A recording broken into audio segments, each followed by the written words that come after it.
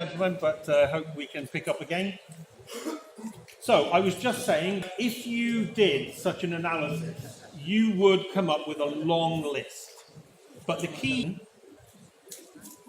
is, what are the handful of factors which are likely to shape my sector over the next few years?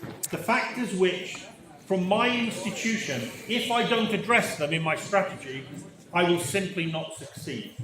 And you can call these drivers for change. So I'm going to give you some key factors which, in the UK anyway, are incredibly important. So here's my university. What are some of the factors? Well, we have competition for students, we have competition for research, there is all kinds of political policy changes. Anybody who knows anything about the UK knows that Brexit is going on, and that is a massive impact for us in terms of getting research funding from the European Union and so on, and financial sustainability.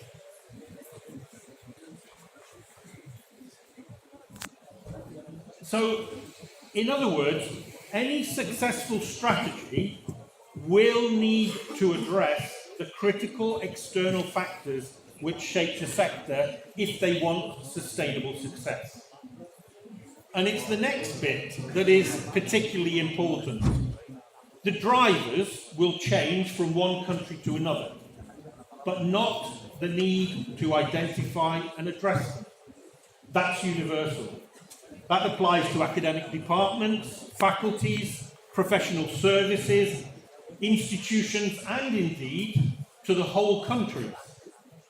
Failure to do that means that any well-formulated and clever strategy will be focusing on the wrong thing.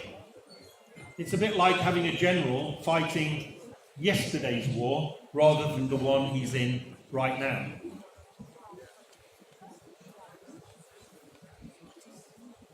That was kind of formal structure, if you like, a formal structured analysis.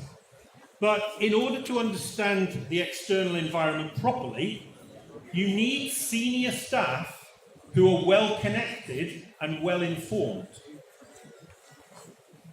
So here's a good example taken from a department that I used to work with in the University of Durham, Department of Geography, where in this department, the head of department insisted, it was an expectation, that all professors and all other senior staff would hold a senior position within the university. That means they were a member of a university level committee, or they sat on a national or an international committee, or other groups, working groups, so that they could bring that knowledge and intelligence into their own department.